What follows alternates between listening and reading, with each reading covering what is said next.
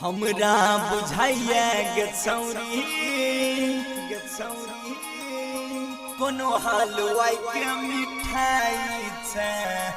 DJ Sumit Satish रैना, DJ Sumit Satish रैना, DJ Sumit Satish Raina. Shivani recording studio Gaurgamma Chowk. Singing by Ratish Raja, Ratish Raja, Ratish Raja. हमरा बुझाइया गछौरी कोनो हलवाई के मिठाई छै, कोनो हलवाई के मिठाई छै, कोनो हलवाई।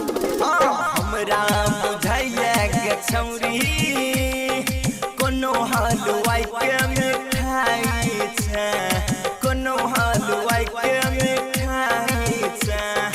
गाल चोचोहर रसगुल्ला, दूध के तूत रसमलाई छै।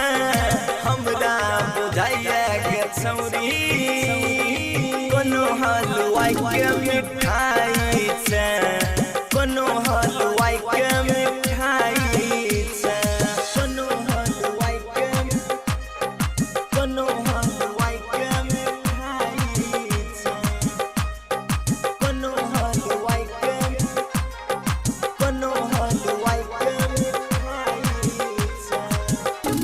आप सुन रहे हैं शिवानी रिकॉर्डिंग स्टूडियो की शानदार रसगर जबानी छो तोहर झकास, देखिए तो हमरा लागैया प्यास, देखिए तो हमरा लागैया प्यास। रसगर जबानी छो तोहर झकास, देखिए तो हमरा लागैया प्यास।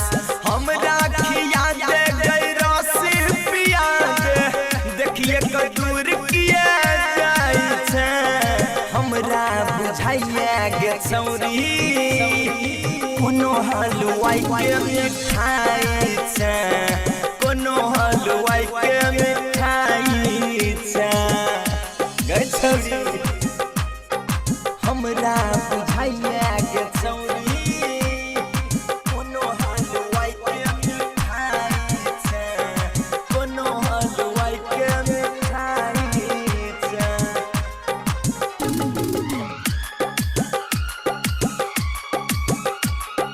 रतीश राजा अही, देखिए कतोरा लगने छवि, ध्यान रतीश राजा छौरा सुधीर, देखिए कतोरा लगने छवि। बात हमरा कले यकीन एना किया शरमाई छै। हमरा बुझाइया गछौरी कोनो हलवाई के मिठाई छै,